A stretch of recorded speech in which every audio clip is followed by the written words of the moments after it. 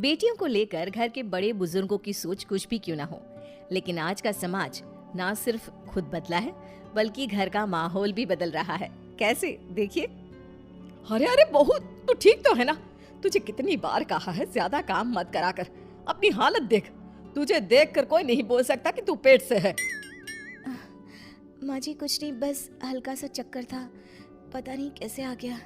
अरे तो गिर सकती थी अगर मैं ना देखती। मेरे पोते को कुछ हो जाता तो? नहीं नहीं नहीं, मैं ऐसा कुछ नहीं होने दूंगी। बहू, आज से तू ऐसा कोई भी काम नहीं करेगी जिससे इस घर के होने वाले वारिस को कोई भी चोट पहुंचे, समझी? फिर माँ जी, काम कौन करेगा? इतना इतना सारा काम आप अकेले कैसे करेंगी? अरे कुछ महीनों के लिए काम वाली रख लेंगे, लेकिन तू काम नहीं करेगी और ठीक से खाना पीना खा, ठीक है? जी माँ जी, ठीक है। मैं तो सोच रही हूँ कि कब ये महीने बीते और मैं अपने पोते को अपनी गोद में लेके घुमाऊं। अब बस बहू पोता हो जाए। हाँ माँ जी, बच्चे के आने का इंतजार तो मुझे और इनको भी बेसब्री से है। इन्होंने तो बच्चे के कपड़े लाना भी शुरू कर दिया है। एक बॉक्स में लड़की के हैं, दूसरे में लड़के के। लड़की के क्यों? माँ जी, हमें थोड़ी ना पता है कि बेटी होगी या बेटा। अरे कैसी बात कर रही है, छोरा ही होगा। ऐसे ही बातें चलती रहती है। कुछ महीनों बाद गीता को एक प्यारी सी बेटी होती है, जिससे उसकी सास बिल्कुल खुश नहीं होती। बहू कहाँ चली गई? एक कप चाय देना तो। जी माँ जी, बस अभी लाई। लीजिए माँ जी, आपकी चाय। आज इतनी देर कैसे हो गई? कब से चाय मांग रही थी ना? वो माँ जी, अभी अभी मुन्नी को सुला कर आ रही हूँ। रात भर सोई नहीं ना, इसलिए अब सुला दिया। छोरियों के साथ यही परेशानी होती है, बस रोती रहती है। जब से पैदा होती है दुख ही देती है। माँ, अब फिर शुरू हो गई। पहली बात तो वो एक छोटी बच्ची है और दूसरी आपकी पोती है।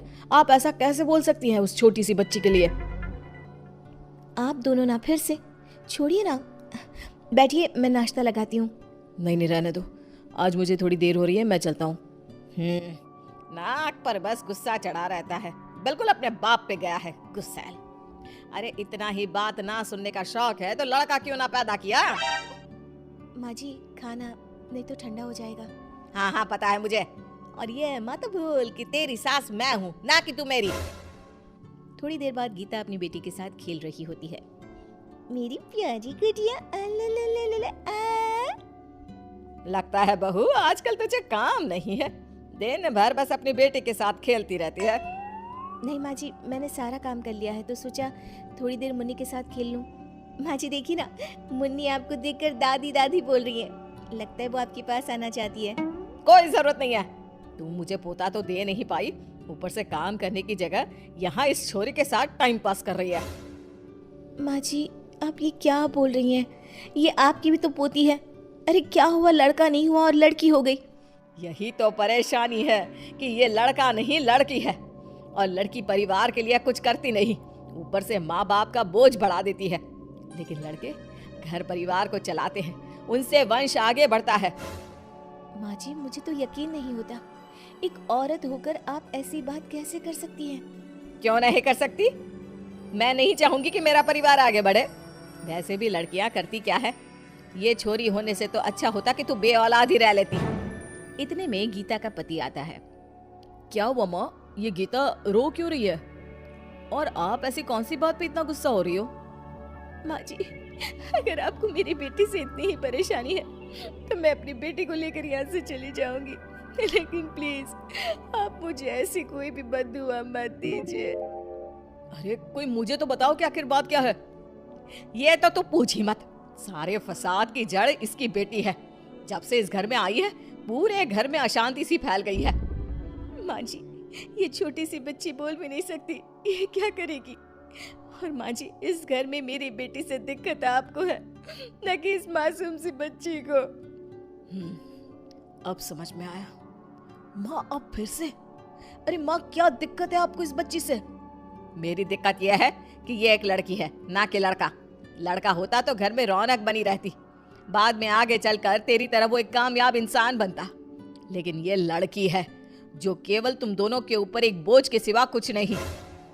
माँ, आप खुद एक माँ होकर दूसरी माँ को ऐसे कैसे बोल सकती हैं? वो लड़का हो या लड़की, इससे ये सच नहीं बदलेगा कि वो हमारी बच्ची है।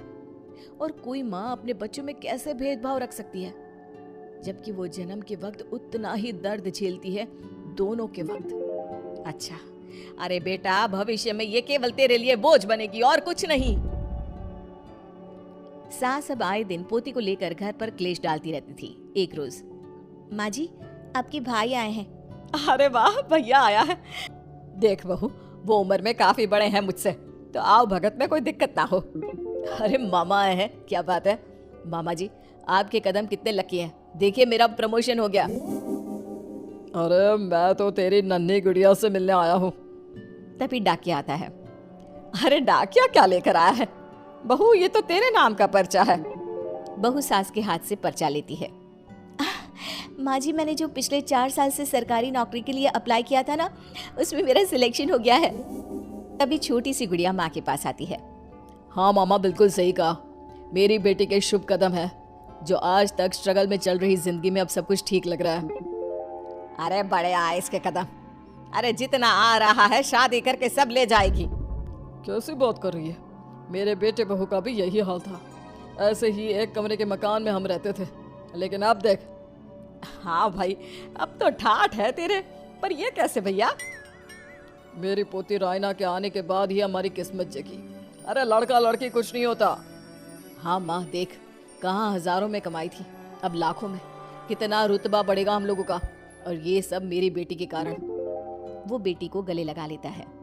माँ, भविष्य किसने देखा है और किसने कहा कि लड़कियां बोझ होती हैं? लड़कियां घर का मान सम्मान होती हैं, वो अपने माँ बाप की आंखों का तारा होती हैं। माँ, मैं नहीं जानता कि वो भविष्य में मेरा नाम रोशन करेगी या नहीं। बस इतना जानता हूँ कि वो कभी मिट्टी में नहीं मिलने देगी। और माँ, रही वंश आगे बढ़ाने की बात, तो एक औरत के बिना वो भी नामुमकिन है। हाँ माँ जी, और हम सब मिलकर मुन्नी को एक बेटी की तरह नहीं, बेटी की तरह पालेंगे, क्योंकि वो मेरे लिए बेटे से कम नहीं है।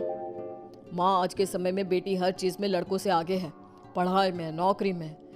आज के टाइम में लड़कियां लड़कों को बराबर की टक्कर दे रही है, तो हमारी मुन्नी बोझ कैसे हुई? उल्टा हमें खुश होना चाहिए कि हम कितने खुशकिस्मत हैं कि हमारे घर में एक बेटी हुई है। माँ, अब आप भी अपनी जिद छोड़ दीजिए। देखिए, मुन्नी आपको देखकर कितना खुश है, आप भी थोड़ा मुस्कुरा दीजिए।